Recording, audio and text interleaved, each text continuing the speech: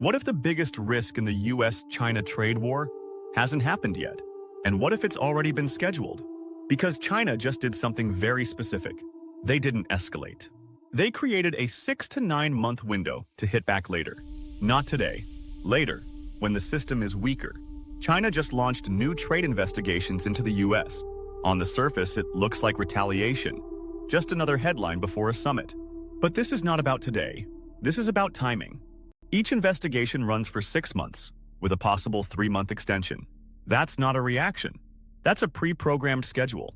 By using this structure, China has effectively created a policy option, one they can exercise at a moment of their choosing. And that moment is likely not now. The summit in May is about stability, optics, cooperation. But this is about what happens after.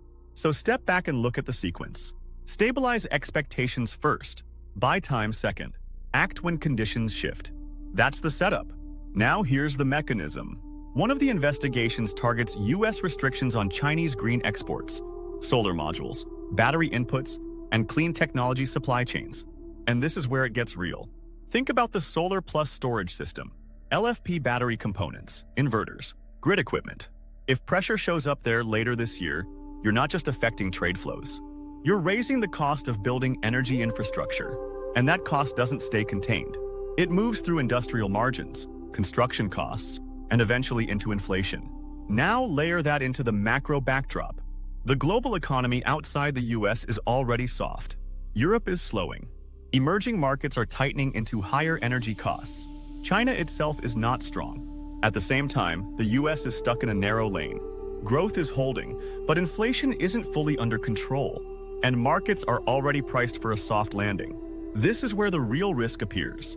Because the Fed is still trying to find neutral, term premia have already been unstable.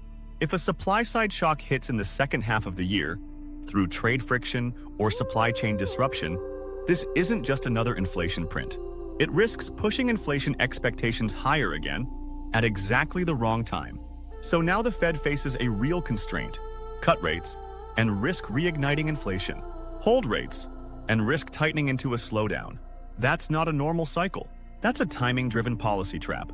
And this is why markets may misread what comes next. If the summit goes well, you could see a relief rally. Equities move higher. Credit tightens. Volatility compresses. It will look like stability. But that's the illusion. Because what both sides have built is not resolution. It's optionality. A structured, legally justified path to escalate later. So this is no longer reactive policy.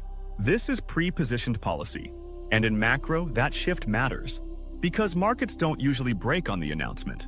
They break on the lag. So don't focus on the probe. Focus on the timeline.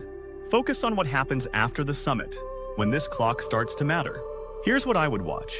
First, any shift in US restrictions on Chinese green imports, especially solar and battery inputs.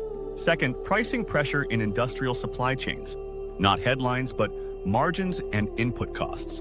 Third, long end rates. If term premia start rising again into year-end, that's your signal the market is starting to price the second round effects. This isn't about what just happened. It's about what's being prepared. And in this cycle, the preparation phase is the signal. This is Global Notes by JP. If you found this helpful, comment, like, share, and hit the bell. We're building the strongest macro community on the platform, one signal at a time, together.